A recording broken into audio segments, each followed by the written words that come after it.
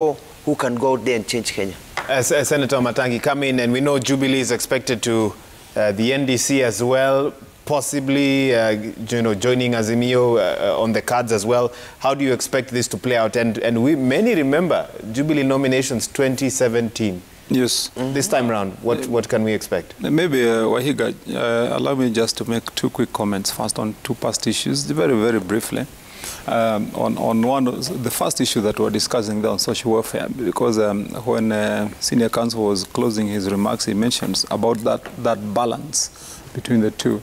And I think it's worth mentioning that, not all social welfare programs, even though implemented with the best of intention, end up serving that purpose, or even helping the society or community, especially in cohesiveness. And it is important, as we look at those models and how we would implement that, to be mindful of, for example, what has happened in the US.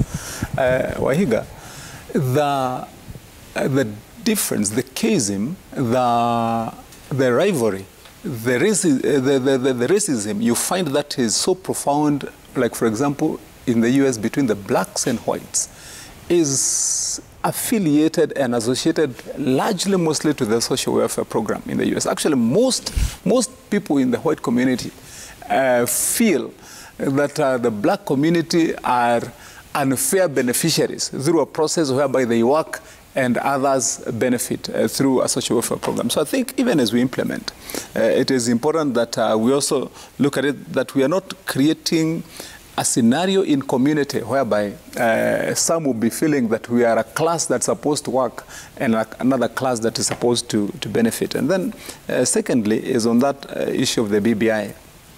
And I think one of the things that I think we also need to think about critically about the BBI is how will we handle as a country the fact that we are already in a fast-running campaign mode right now. And if you look at what's happening in the country, everybody is out there.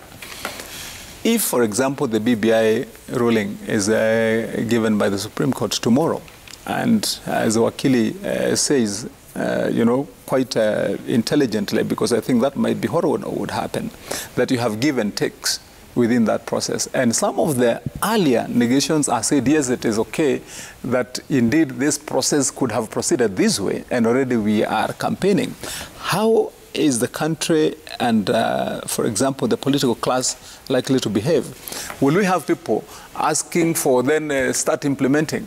Or then let's go back and start running the process of changing the constitution. You get what I mean? Yes. And we are already close to an election. I think because I believe, of course, the Supreme Court doesn't live in another world. They live here. Part of the considerations they would be making, even when they are looking at the timing and what to release. And Senator Cherage, although you commented lightly on some of the influence that may be peddled to the Supreme Court. Part of those things that you're referring in social media, like what you're seeing in social media, this one saying that this is likely to happen, there are meetings being held. I mean, it is an intention to influence, I believe, the decision of the Supreme Court, which is not right, in my view. The judges should operate with a very clear conscience and out of that kind of influence. But my comment was that, Wahiga, I think as a country, we need to think very critically as to how are we, and especially the political class, to prepare themselves. Do we want then to immediately start agitating that let's then go and change the constitution, or that this is what has been said? And so what will then Kenyans do? Where will we play the reggae if there is already other music being played out there about bottoms up and or rather about bottom up and other things? So I think that would be an interesting thing to look at, but we have to look at it with caution. Lastly is on this matter of nominations. And one of my main concerns would be this, Wahiga and my co-panelists. On this scenario that was being played out by my running mate here, on if you have a coalition, for example, like Azimio and the Kenya Kwanza, and you have so many parties in between, what scenario are we seeing playing out in joint nominations? And what kind of chaos is likely to emanate, not at the presidential position level, because if you are running for president as you are, my running mate, and then you are going into a competition with Raila or anyone else, you are just only 3 of you, or 4 of you, or 5 of you. If in a coalition like Azimio, if it is only 2 or 3 of you, you can easily agree. But what about the masses down here, whereby you have MCAs, 1,450 of them running for those positions, and you can imagine then the number running will be 10,000 for those positions, and you subject them to a joint nomination process. What kind of chaos is likely to emanate? Whereby you have people who have different parties, you have already paid Wahiga, as you have seen. Every party is now not advertising as a coalition. You will find that Chap is saying pay us 250,000 to run for this position. And the other party is saying this. So somebody will come into that coalition carrying an entitlement to that position because he paid for that nomination. And then you get into that joint nomination, you are 10 of you, and then you are told that you have lost to so-and-so of the other party. No, not of your party. And then how are we also going to get assurance? And these are the questions that people are asking on ground, that if it is Governor Mutua with his chap, he does not look at Cherargei and says, Cherargei is a likely candidate to win in Nandi. And so I would rather have Cherargei in Nandi. So although whether you have 10 of them running, you'll be saying the ticket goes to Cherargei anyway, although the other 9 have paid for nominations in different parties. I think that question of joint nomination must be addressed if we are going to have a proper process. I've said it here before, and that's how I would want to close it, Wahiga, that in our aspirations to have a proper, good, democratic leadership, political leadership in this country, the mess starts happening at the nomination level. And what happens in many cases is that we end up with the wrong people carrying the right tickets at that time, because those people are predetermined. For example, and you've correctly said, in Jubilee we had this mess. We had to conduct a second round of nominations nationally because the first one was messed up. And so, with the heightened political temperature that we have now, and I'm saying heightened because you've heard some of the comments that have been flying around, and they're setting us up for a very, very let me not use strong words, but so you don't see a problem necessarily at the party level. There are 80 parties, anyone could go anywhere. You see a problem at the coalition level. We've already passed the law now, and that's the way the country is going. You find that the competition is largely now between the coalitions. UDA is no longer UDA, it is Kenya Kwanza. They have parties there. They could as well get another 1 or 2 or 3 parties before they get to the ballot. Is that, the same thing is happening at Azimio. You need to borrow time from... can I just to clarify on the different parties? He is the party leader. This issue, and few in Kenya. This issue of joint nominations, as my running mate here said very clearly, is major. That is why, as Maendeleo Chap, we have decided, and we are going to hold our NDC much later. We have decided that if we are joining any coalition, it's on the agreement that we are running and we are fielding in every place. Because we are not going to sit. This thing of joint nominations will not work for us. As a small party, you cannot cede ground because you need to grow the party. And we want our people to know that if you come to Maendeleo Chap and you pay your money, that you will be on the ballot. You need to go out and fight there. So we've said if there is going to be joint nominations, have to be a must. Unless we cede ground in some areas where we don't have candidates, or we feel like it's important to achie hawa metuachie hapa. But generally we are fielding in all places and all the way to the ballot boxes. This to our members has become what do you call it? It's either or. It's a test issue. Either we are going to go, if the coalition way means that we are going to cede away seats and have a joint nomination, let me tell you, even parties themselves as they are in Kenya today, look at the fiasco at ODM during nominations, at Jubilee, our challenges everywhere. Even parties themselves have problems within themselves. Now, joint nominations with many interested parties, it will be chaos on earth. Hold on, Senator. Let me, in the fairness, fairness even in this nomination here. All right, okay. Go ahead. I don't know. I've heard Dr. Alfred Mutua talking about he wants Azimio ticket. I think he should talk to Jimmy Wanjigi. He has a very interesting story about ODM. So I think what Governor Alfred Mutua should do is to make up his mind. Either he's running or not. Instead of saying, you know, and I've seen him, he has put NDC, the NAC, and I think WIPE have put NDC on 18 February. I think probably to endorse, because the pressure from State House is a bit higher for them. No, that's why they are being forced. Is not yet. It's not yet. No, but I've seen NAC. I think NAC, your co-governor, the governor from Kitui, Charity Ngilu, I think the pressure from State House is a bit higher. Two things. And as you speak, this headline, UDA sets dates for party nominations, make or breaks. Stiff internal competition in UDA. Correct. Are you worried? There are those who are said to be close to the party leader, they're close to Ruto, and there are concerns that others will not get a fair chance. Everyone is close to William Ruto. If you have associated with William Ruto, you can understand that everybody can be close to him. But one thing I agree with, that the stakes are high. You have heard UDA has become the first party that will do nominations in mid-April. And one thing to note, by the way, is that PWDs will not pay for any nomination fee. But the young people have been taken care of course, the 50%.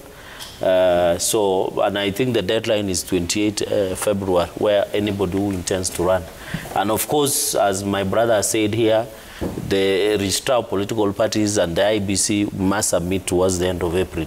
So I think for us in UDA, the Deputy President has insisted and has said on several occasions, when we have had parliamentary group meetings current of over 180 members of parliament, is that the nominations will be free and fair. And you had the point, even he said that you don't need to take a picture with him to show that you are a preferred candidate.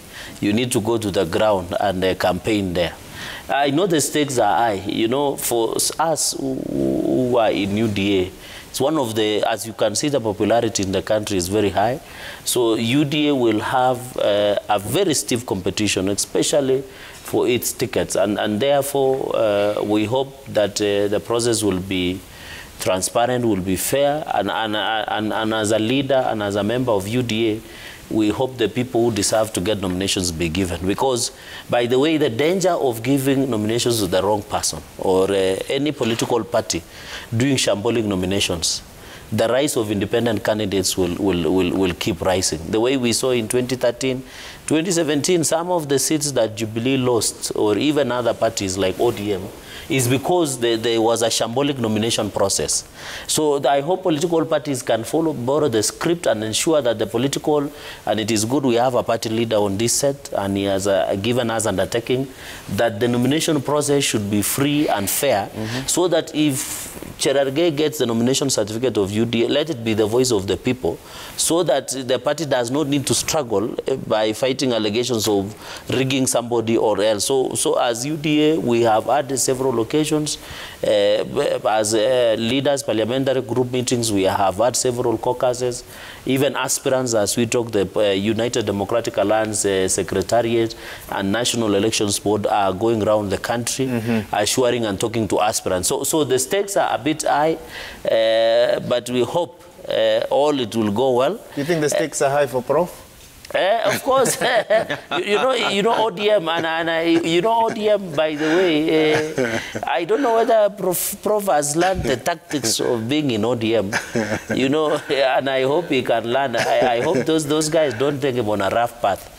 It is not like law where the fact is a fact and it is not a fact. So I hope in Kisumu, you know what Prof needs to do is to check with Baba when he lands back and find out the list. You know, party leaders, by the way, like Alfred Mutua. Like Alfred Mutua, you know, they are party leaders. They know who they want, by the way. That's the sad reality in the country. So I hope, but I wish him well. But let's hope for the best for everybody on this set, except Mutua is not going for any seat. But I'm aware Kimani Wamatangi might be running for governor. And you can see the choice of party. You can tell from the chart. So we hope everybody will get. But the bottom line, finally, Waiga, what I wanted to appeal. Now, yes. No, what I wanted to appeal is that let all political parties ensure free and fair nominations so that the right people get nomination certificates. And I want to say that also, there is no need to have direct nominations. If you give direct nominations, the people don't like it. Let everybody go to nominations, sort out in the nomination process, and then we can do a general election where the people will elect the leaders of their choice. Okay, Prof, come in. Thank you, Maura. I think that as provided by the law, and let me go to Section 22 of the Political Parties Act and Section 33 and 34.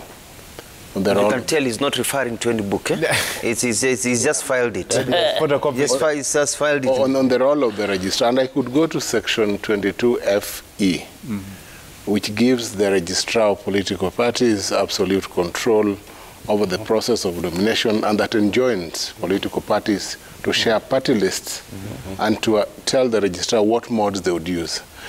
I don't agree with Senator Cherargei on the first mode of nomination. I think the first and the best mode of nomination is the consensus method, where the party will give a ticket to a most popular candidate. Parties like Mutua's party, I'm sure, are able to undertake credible opinion polls and know who is the most popular candidate.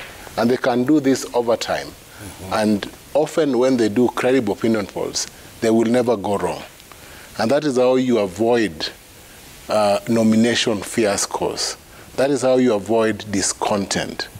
Where you get into a nomination that is a flop or where there's manipulation, it is often possible that those popular candidates can be rigged out by unscrupulous people, not so popular with the people. That is first. The second option, of course, would there be an election. If the opinion polls are too close to call, then you can do a nomination, and the best candidate will win. But I agree with the Governor Mutua that the coalition party problematic will rear its head, especially now, unless clear rules are made that will enable small parties to grow. Because if you do rules that stay for small parties, then small parties will not even be able to attract nomination fees. So you must have a delicate balance that would ensure that those big parties in coalitions do not stifle small parties, and that they have their say, but also allow the others a chance to grow within the political space as contemplated by Article 91 of the Constitution. And Article 38. Let people have their choice.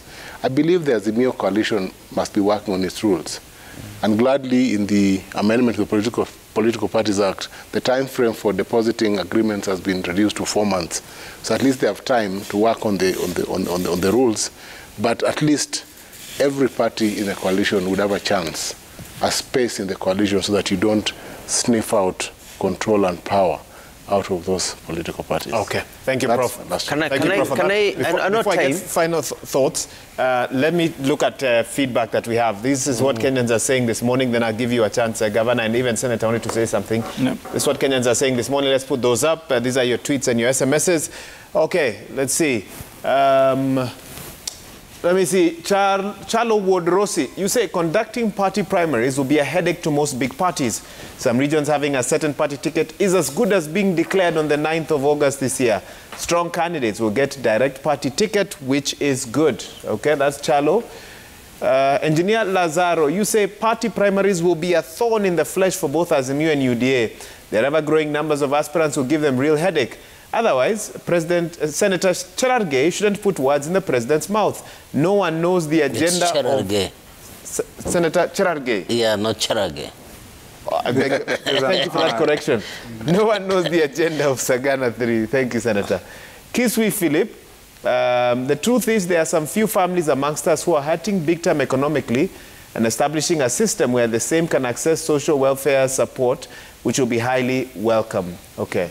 Kiprono Abraham 1, you say, listening to Honorable Wamatangi, you feel a UDA member speaking and championing bottom-up economic model coupled with the choice of color I'm safe to say, welcome Mheshimiwa. Hustler Nation needs you. Okay, you'll have our last word Yes. on that. Yes. Athanas Mavuti, tell Governor Mutua not to write off Kalonzo. Kalonzo is kingpin in Ukambani. His influence cannot be underrated. I come from Makueni. Kalonzo has huge following there. I would advise Kalonzo to either go alone or join Kenya Kwanza. That's Very Athanas. good, Karibu. Okay. Okelo Mwalimu, it's within the president's right to organize political meetings in any destination of his choice. Any leader who has a problem with this can plan their own meetings.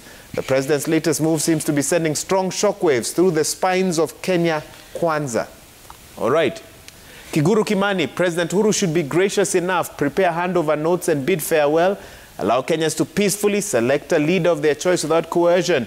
Kenyans continue to exist past all previous presidents. Correct. All right, Omeli Vincent, choices have consequences. Do you remember that? Equally, I'm reminded when Obama in power endorsed Hillary, who lost to Trump, then Trump was in power, lost to Biden. See, sometimes it's all about what the people want, the moment, and not the influence of power. Brilliant. Believe it or not, we are 2 minutes past 8 o'clock. We're actually out of time. Let me get final thoughts from each of my panelists. Dr. Mutua, let me start with you. We'll keep them brief. Very quickly, just 2 points. One is when it comes to party tickets and they create about regions, that regions will be going. But you see that issue of that this is ODM, so it has to be an ODM ticket, will disappear with the coalitions. Because if you're all in Azimio, it doesn't matter whether you vote for Maendeleo Chap Chap or ODM or Jubilee, you're still voting for Azimio. So it will reduce the power of some of these regional blocks. So then you'll be voting for the right person. Number two, anybody who pushes really for joint nominations at the huko chini, you're finishing yourself as a presidential candidate. Because these elections will be won on the basis of getting people out to vote. If people know that their candidate that they like is not getting already ametolewa, it's only one person, they don't come out to vote. If they don't come out to vote, they'll not be voting for the president. But if, for example, in Azimio, people are coming out to vote, the person championing for Maendeleo Chap Chap will be getting people to come out to vote for himself, Jubilee for himself, UDA, everybody will be coming. But when they go there to vote for the presidential candidate, it's that Azimio candidate. But here they may vote for different things. So anybody who says, let's just have joint nominations as a presidential candidate, you're basically saying, I don't want to be president. It's just simple mathematics. You have to get different people getting the voters out for themselves in different parties, but the presidential candidate wa wote ni mmoja. So that all these people get out and vote. Okay, thank you for that. Senator, briefly? Yes, Wahiga, I had first wanted to get the thought, but I think I'll get them next time from my senior counsel, because, you know, in a democracy, one of the big questions we'll have to deal with is, and remember the ruling of the Supreme Court during the main contested matter, is that indeed nominations are an integral part of the electoral process. It is not a side issue. And so if we say, for example, that we are going to have a determination on who carries the flag of a party by the consensus of a few individuals, which is what you call a direct party ticket, does that constitute democracy? You know, and then would we escalate that and say we'll get to a point whereby we are going to conduct opinion polls to have a president? You know, I mean, because you could as well then escalate it and say you can conduct a popular poll and then determine who is going to be president. And I think that's one determination that we have to make. I believe there's a lot to be said about that democracy as far as that's concerned. But lastly, Wahiga, and I want Cheragai to apologize to me for kicking a wave in the opinions of people here, that I, Wamatangi Kimani, the senator for Kiambu, only will make the choice of party by the shirt I wear. and I want to assure the people of this country and the many fans and followers that I have, that I make my decisions, and especially on the party that I will run onto after the service that I'm rendering right now, is going to be based on total solid content of what that party is about, on the policies of that party, on the manifesto of that particular party, on its record, and the believability of the people that I'm running with and running to lead with. Those are going to be core issues. They are going to be serious pillars which I'll be considering, that I can then transfer the person I am and the grit and a vision that I've got for my people into that party. And that would definitely transcend the color of shirt or scarf. So it's not a signal that you're joining UDA? You know, I know how to join a party, and when it comes to that time, I will. And you will. Senator, again, briefly. Two things I want to say is that to appeal to the young people, people living with disability, and women to step up and run for these political positions. I want to appeal also to political parties to give priority to the young people, people living with disability, women, so that they can also be part of the transformation we want to see in the country. And it is, I know it's a challenge, but political parties should take an affirmative action to ensure they involve these vulnerable groups in terms of leadership in this country. Finally, is that I've seen the NHIF Act that we passed is taking shape. It's my prayer that, and I'm happy, that the highest earners now will pay more for NHIF. Because in the past, the lowest earners and us who are earning a huge amount of salaries used to pay the similar amount. I think this is the right direction. I want to appeal that even as we tax, we ensure the high earners pay more, we should ensure also accessibility of NHIF cards and universal health care. Because one of the biggest problems, and us as leaders, every weekend, number of between 80% of our base is somebody has died, there is medical bills, there is somebody wants to go to India, somebody has a medical bill. So I want to really appeal that let us make sure NHIF works for all of us. I want to appeal to the devolved units that we should become creative on how we can ensure accessible medical care. Otherwise, is to wish Kenyans a blessed week. Okay. I know this weekend will be a high octane of politics, but I want to assure Kimani Wamatangi that my comments are made in good faith. When he calls a press conference to join UDA, I will stand behind him and ensure he reads the correct. Last word. I am impressed by the words of Senator Cherargei. He's supporting Baba Care. Supporting Baba Care. Because I think that is the cornerstone of good life for every... Maura, my last words are on party nominations. The public should know that with the amendments to the Political Parties Act, to be eligible to vote and or to take part in party nominations, an individual must belong to a political party. So I urge all citizens to check their party status so that they know what party they belong to, because finally, when parties submit lists to the registrar as obligated by the law, they will find that they're in the wrong political party. Correct.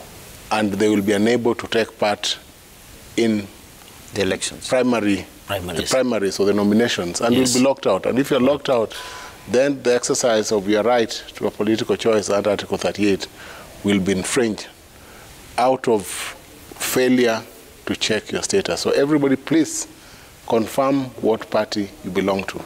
It's your basic right to take part in the political process of this country. Thank you very much for that. Just tongue in cheek. I've been to Congo, DRC, and I just want to say they have cows. And I've seen many cows there. Just let you know. Just tongue in cheek. Let us go to that. I think Hussein Mohammed, the presidential head of campaign, has apologized. Let's milk from these opportunities that we have. I think let us leave that matter as a rest. The deputy president has apologized through Hussein Mohammed. Let's leave at that. I don't know what the benefit will be, but you should tell your Azimio. But you should tell your Azimio. I'm not talking about the deputy president. No, you should tell the Azimio, your partners, to also apologize to the country for the remarks made by Sabina Chege. We're going to leave it there. Thank you, gentlemen. Yes. We are really out of time. Thank you for tuning in. This has been Daybreak. Thank you to each of my guests. We've had Senator Samson Cherargei. We've had Professor Tom Ojienda, Kimani Wamatangi, Senator and Governor Dr. Alfred Mutua. Busy day for each of them, but they found time to join us this morning, and I know it's a busy day for you wherever you're watching us from. Thank you for tuning in. Remember, we have another interesting segment on the other side of the break. It's time to cook and make some breakfast. Enjoy and keep it Citizen TV.